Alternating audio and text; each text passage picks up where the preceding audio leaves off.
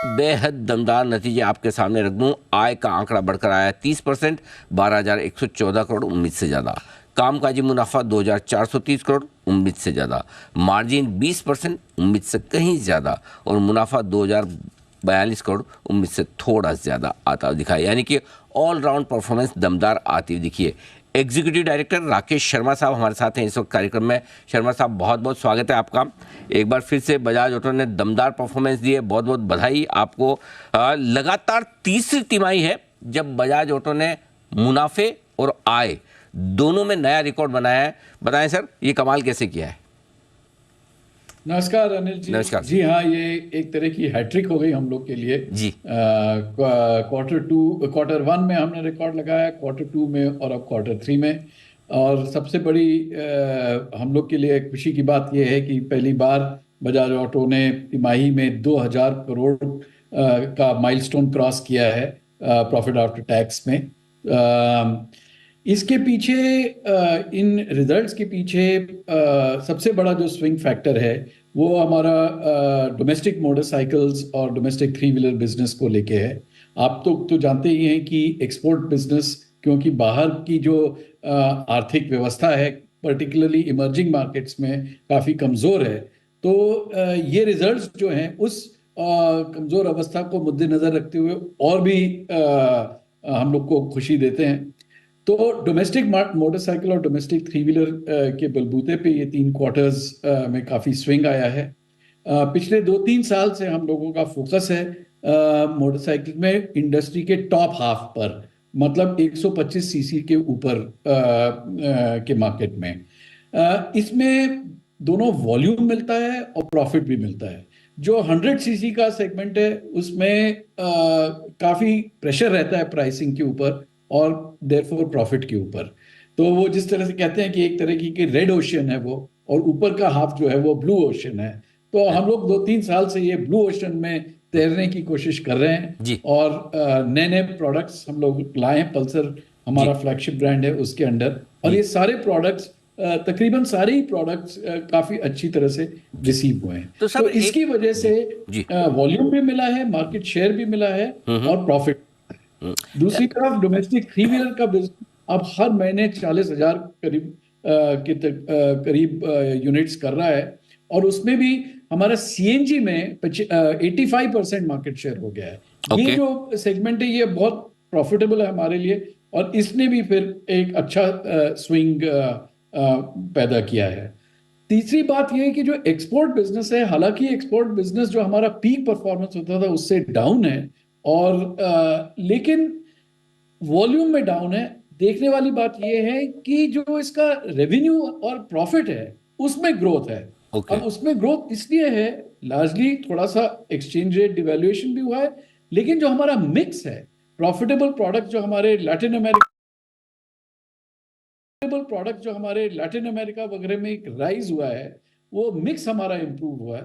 उसकी वजह से एक्चुअली क्वार्टर थ्री में आप देखेंगे कि -4% वॉल्यूम है, -8% वॉल्यूम है, लेकिन +10% रेवेन्यू है। और एबिट जो प्रॉफिट है उससे भी ज़्यादा है। ठीक बात है। तो ज़बरदस्त परफॉर्मेंस ऑलराउंड आती दिख रही है। सर, आपने कहा कि प्रीमियम बाइक्स में आपको अच्छे मार्जिन मिलते हैं, 100 सीसी वाली बाइक में थोड़े से प्राइसिंग प्रेशर रहता है, कंपटीशन है। क्या वाकई में, मतलब अगर ये जो एंट्री लेवल बाइक्स है, क्या 2-4 हज़ार रुपये की प्राइसिंग से बड़ा फर्क पड़ता है मार्केट में सर? तो जबरदस्त फर्क पड़ता है। अच्छा। क्योंकि आपको मैं बताऊं कि जो एवरेज कस्टमर है उसकी मंथली आय 40,000 रुपए पर मंथ है। और जो एंट्री लेवल कस्टमर है कई बार तो उसकी आय इससे भी कम है। हम्म। तो एक एक दो दो हजार रुपए काफी मायने रखता है कस्टमर्स के लिए। और हमने देखा है जब भी ऐसा एडजस्ट करो तो हमको वॉल्यूम जरूर मिलता है, हम्म। लेकिन फिर उससे तो प्रॉफिट में क्षति पहुंचती है ठीक और बात है। स्विंग पैदा होता है। ठीक तो बात। काफी प्राइस सेंसिटिव सेगमेंट है ये। आमतौर पर सर आपके मार्जिन 19 से 20% की रेंज में रहे हैं। इस बार 20% से थोड़ा ऊपर निकलने की आपने कोशिश की है। जिस तरह से आप प्रोडक्ट मिक्स बता रहे हैं, क्या उम्मीद रखी जाए चौथी तिमाही में और अगले साल के लिए? अगर कोई एक अंदाजा दे पाए, 20% के ऊपर के मार्जिन मेंटेन करना आसान रहेगा सर?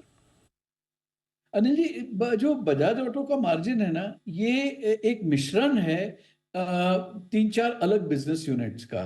तो जो अगर मैं देखूं कि हमारा क्वार्टर थ्री में अगर हम लोग को कोई ऐसी आशंका नहीं नजर आ रही है क्वार्टर फोर में, ना ही मार्केट की तरफ से। सारे प्रोडक्ट्स जो हैं ट्राइड एंड टेस्टेड हो गए हैं अपने पिछले 4-5 महीनों में। नए प्रोडक्ट्स जो हैं, मार्जिन आर्किटेक्चर बिल्कुल ठीक लग रहा है। लेकिन कई बार क्या होता है कि कोई कंट्री मिक्स चेंज हो जाता है, या फिर कहीं पर बिजनेस यूनिट मिक्स चेंज हो जाता है। अगर थ्री व्हीलर थोड़ा कम हुआ, मोटरसाइकिल थोड़ा बढ़ गया, तो उससे मार्जिन के ऊपर इम्पैक्ट होता है, क्योंकि ये काफी गणित के बाद मार्जिन आता है। सिर्फ एक सिंपल बिजनेस नहीं है ये 4-5 बिजनेसेस का मिश्रण है। तो एग्जैक्टली क्या मार्जिन होगा वो हम एंड में ही बोल सकते हैं। लेकिन हाँ, ये मैं कह सकता हूं कि जिस तरह से क्वार्टर टू क्वार्टर थ्री का जो स्ट्रक्चर है, उसको हम खास चेंज होता नहीं देख रहे, एटलीस्ट क्वार्टर फोर में। ठीक फिर बात है। अगले साल भी हमारी तो कोशिश यही रहती है कि मार्जिन को 20% के करीब ही रखा जाए। बट अब उसमें 1-2%, 1-8% आगे पीछे वो मिश्रण की वजह से भी हो सकता है। ठीक बात है। सर, आपने एक्सपोर्ट्स की बात भी कही कि वैसे इम्प्रूवमेंट है, अपने पीक से आप 70% पे पहुंचे हैं 2022 के। अभी हाल ही में जो ये रेड सी, लाल सागर से संबंधित जो समस्याएं चल रही है, क्या उससे थोड़ा एक्सपोर्ट पर इम्पैक्ट आ रहा है? और साथ ही ये कि क्या फ्रेट वगैरह बढ़ रहे हैं सर? अनिल जी, इस पे जो दिसंबर जनवरी के महीने में थोड़ा बहुत इम्पैक्ट जरूर है। क्योंकि क्या होता है, इसमें 3 प्रकार का इम्पैक्ट है। पहला ये है कि आपको शिपिंग अपॉर्चुनिटी नहीं मिल रही। मतलब आपका माल रेडी है, पैसा मिल गया है आपको, लेकिन आप शिप नहीं कर पा रहे, आपको कंटेनर नहीं मिलते। क्योंकि ये शिपिंग नहीं, ये एक्चुअली कंटेनर्स की व्यवस्था बिगड़ जाती है। क्योंकि सारे कंटेनर एक तरफ जमा हो जाते हैं और जहां पे चाहिए वहां पे नहीं मिलते।